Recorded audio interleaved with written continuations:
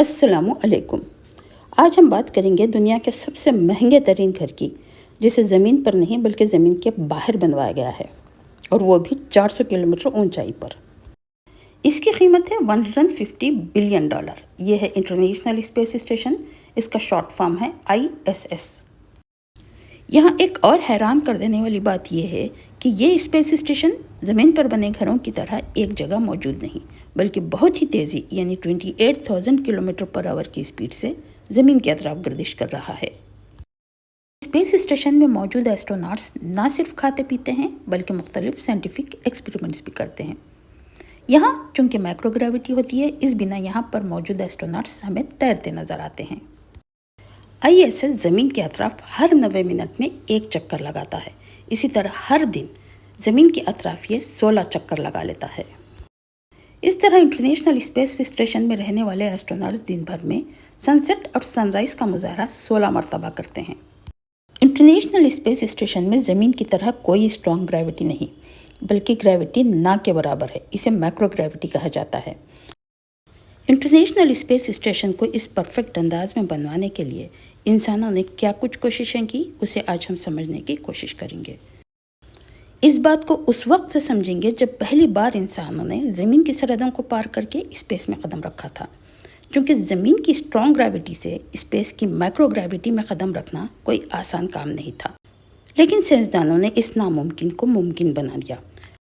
خاص طور پر پہلے رشیا اور USA کے ایسٹروناٹس نے اس کے لیے بے انتہا محنت کی۔ بہرحال زمین کی سرحدوں کو پار کرنے کا سلسلہ شروع ہوتا ہے 4 اکتوبر 1957 سے، جب دنیا کے سب سے پہلے اسپیس کرافٹ اسپوتنک کو رشیا کی جانب سے لانچ کیا گیا تھا۔ اس کے بعد 31 جنوری 1958 کو USA کی جانب سے دوسرا اسپیس کرافٹ بھیجا گیا، یہ تھا ایکسپلورر 1، اور اسی کے ساتھ رشیا اور USA کے درمیان ایک خلائی دوڑ شروع ہو چکی، اور دونوں ممالک کا ایک کے بعد دیگرے اسپیس کرافٹس کے بھیجنے کا سلسلہ چلتا رہا۔ لیکن اسپیس میں بھیجے جانے والے یہ ایسے اسپیس کرافٹس تھے جس میں کوئی انسان موجود نہیں تھا۔ سائنس یہیں آ کر رک نہیں گئی، بلکہ اب سائنسدانوں نے انسانوں کو زمین کے باہر بھیجنے کی کوششیں جاری کر دیں۔ یہ کوششیں آگے بڑھتی گئیں اور ایک دن دنیا کے پہلے انسان یوری گیگرین نے 12 اپریل 1961 کو زمین کی سرحدوں کو پار کر کے اسپیس میں قدم رکھا۔ جس اسپیس کرافٹ سے یہ اسپیس میں پہنچے وہ تھی واستک 1۔ واستک 1 زمین سے 300 کلومیٹر اونچائی پر یوری گیگرین کے لیے مسلسل 1.5 گھنٹہ زمین کے اطراف گردش کرتا رہا۔ یوری گیگرین کی یہ بہترین اور ایک تاریخی کامیابی تھی۔ 1.5 گھنٹہ مسلسل زمین کے اطراف گھومنے کے بعد واستک کو سیفلی زمین پر ڈی آربٹ کر دیا گیا۔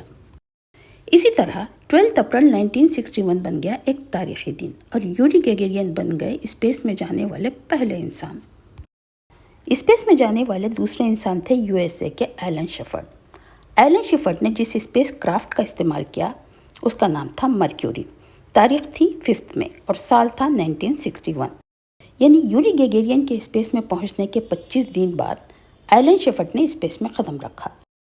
ایلن شیفرڈ کا بھی یہ سفر کافی کامیاب رہا۔ بہرحال یوری گیگرین اور ایلن شیفرڈ کے اس تاریخی کارناموں کے بعد یہ تو سمجھ میں آ گیا کہ انسان اسپیس میں جا کر واپس آ سکتا ہے۔ ان دونوں ایسٹروناٹس کی یہ شاندار کامیابیاں آگے آنے والے ایسٹروناٹس کے لیے ایک مائل سٹون ثابت ہوئی۔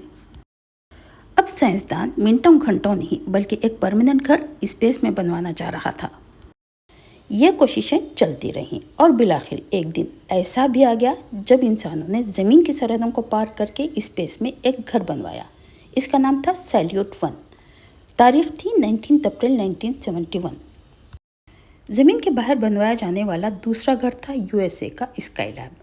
اسے 14 مئی 1973 کو لانچ کیا گیا تھا، اور اسپیس میں بنوایا جانے والا تیسرا گھر تھا میر، جسے 20 فروری 1986 کو لانچ کیا گیا تھا۔ زمین کے باہر بنوائے جانے والے یہ تینوں گھر اور اس میں موجود ایسٹروناٹس کی ایک کامیاب کوشش تو رہی، لیکن یہ سبھی گھر جب اپنے کامیاب مشن سے واپس زمین پلٹ رہے تھے تو بدقسمتی سے یہ تمام گھر ایٹماسفیئر میں جل کر تباہ ہو گئے۔ ایسے میں زمین کے باہر گھر بنوانے کا سلسلہ کچھ تھم سا گیا، لیکن کوششیں جاری رہیں۔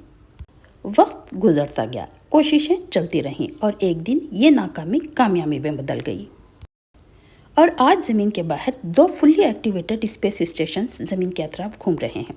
ایک ٹیانگانگ ہے جسے مکمل طور پر چائنا آپریٹ کر رہا ہے، اور دوسرا ہے international space station. International space station کسی ایک کنٹری کی ملکیت نہیں، بلکہ اسے دنیا بھر کی 5 اسپیس ایجنسیوں کی مدد سے اسپیس میں لانچ کیا گیا۔ ان اسپیس ایجنسیوں کے نام کچھ اس طرح ہیں: USA کی ناسا، رشیا کی روس کاسماس، جاپان کی جیکسا، یورپ کی ESA یورپین اسپیس ایجنسی، اور کینیڈا کی CSA کینیڈین اسپیس ایجنسی۔ اور سمجھتے چلیں کہ آج جس شیپ میں ہمیں یہ اسپیس اسٹیشن نظر آ رہا ہے وہ پہلے ایسا نہیں تھا۔ ان 5 اسپیس ایجنسیوں کی جانب سے ماڈیولز ایک کے بعد دیگرے اسپیس میں لانچ کیے جانے لگے، ایک دوسرے سے یہ جڑتے گئے اور پھر بنا یہ انٹرنیشنل اسپیس اسٹیشن۔ اس اسپیس اسٹیشن کا سب سے پہلا ماڈیول تھا زاریا۔ زاریا کو 28 نومبر 1998 کو اسپیس میں بھیجا گیا تھا، اور اس کے چند ہی ہفتوں کے بعد USA نے اپنا ماڈیول یونیٹی کو اسپیس میں بھیجا اور اسے زاریا سے جوڑ لیا گیا، اور پھر ان میں جوڑا گیا جاپان کا ماڈل کیبو اور یورپ کا ماڈل کولمبس۔ ان دونوں ممالک کے اور بھی ماڈیولز اس میں جڑتے گئے، جیسے ڈیسٹینی، ہارمونی، زویسٹا، پوائسک وغیرہ وغیرہ۔ ماڈیولز دراصل اسپیس اسٹیشن کے مختلف حصے ہوتے ہیں۔ کسی ماڈیول کو رہنے سہنے کے لیے استعمال کیا جاتا ہے، کسی کو سائنٹیفک ایکسپیریمنٹس کے لیے، اور کسی ماڈیول کو ڈاکنگ کے لیے۔ ڈاکنگ ایک ایسا عمل ہوتا ہے جس میں 2 اسپیس کرافٹ جڑ کر ایسٹروناٹس یا پھر ان کی استعمال کی جانے والی چیزیں ایک دوسرے میں منتقل کی جاتی ہیں۔ یعنی ڈاکنگ کے ذریعے ایسٹروناٹس یا پھر ان کی استعمال کی جانے والی چیزوں کا آنا جانا لگا رہتا ہے۔ بہرحال اسپیس اسٹیشن کے یہ ماڈیولز ایک ہی وقت یا پھر ایک سال میں نہیں جڑے، جبکہ مکمل طور پر ان تمام ماڈیولز کو جوڑنے کے لیے 2 سال کا عرصہ لگ گیا۔ اور جب تمام تیاریاں مکمل ہو چکی، سائنٹیفکلی ڈیزائن کیے گئے یہ ماڈیولز اچھی طرح ایک دوسرے سے جڑ چکے، تب 2 نومبر 2000 کو زمین سے پہلا کریو اسپیس اسٹیشن میں پہنچا، اور تب سے لے کر آج تک یہ گھر کبھی خالی نہ رہا۔ ایسٹروناٹس کا آنا جانا یہاں پر لگا ہوا ہے۔ جس راکٹ کے ذریعے ایسٹروناٹس کا اسپیس سے زمین اور زمین سے اسپیس کو آنا جانا لگا رہتا ہے وہ ہے رشیا کی سویوز اور اسپیس ایکس کی ڈریگن۔ چلیے اب ایک نظر اس کے میجرمنٹ پر بھی ڈالیں گے۔ فٹ بال میدان جتنا بڑا نظر آنے والا یہ اسپیس اسٹیشن کا ماس ہے 4,50,000 kg، اور لینتھ ہے 358 فٹ، جبکہ وڈتھ ہے 239 فٹ، اور آربیٹل ویلوسٹی ہے 28,000 کلومیٹر پر آور۔ یعنی ایک گھنٹے میں اسپیس اسٹیشن 28,000 کلومیٹر کا فاصلہ طے کرتا ہے، اور اسی اسپیڈ کی وجہ سے انٹرنیشنل اسپیس اسٹیشن کو فلوٹنگ سائنس لیب بھی کہا جاتا ہے، چونکہ اسی اسپیڈ کے ساتھ یہاں پر موجود ایسٹروناٹس نہ صرف کھاتے پیتے ہیں بلکہ مختلف سائنٹیفک ایکسپیریمنٹس بھی کرتے ہیں۔ اسپیس اسٹیشن میں ایسٹروناٹس عام طور پر 6 ماہ کی وزٹ کرتے ہیں، اور یہاں پر 6 ایسٹروناٹس ایک ساتھ کام کرتے ہیں۔ کبھی کبھی یہ تعداد بڑھ بھی جاتی ہے۔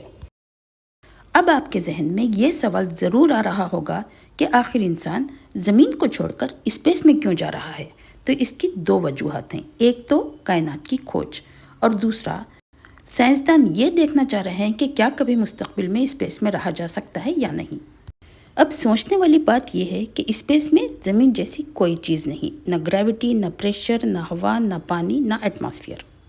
ان تمام چیزوں کو مینیج کرتے ہوئے اسپیس میں رہنا ایک چیلنجنگ ٹاسک ضرور ہے، لیکن اس ٹاسک کو مسلسل انسان 25 سالوں سے کرتا چلا رہا ہے۔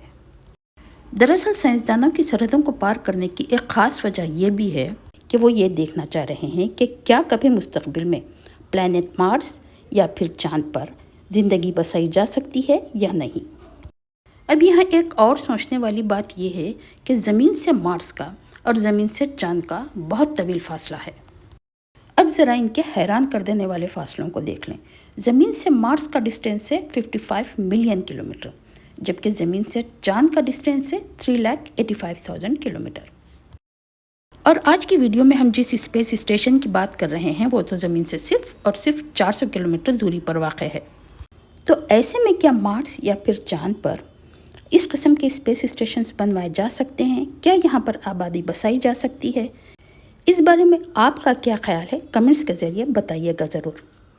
اسی کے ساتھ اجازت۔ ویڈیو پسند آ رہی ہو تو اپنے ان ساتھیوں کو شیئر کریے گا جو سائنس میں دلچسپی رکھتے ہوں۔ چلیے ملیں گے کسی اور ویڈیو میں، تب تک کے لیے اللہ حافظ۔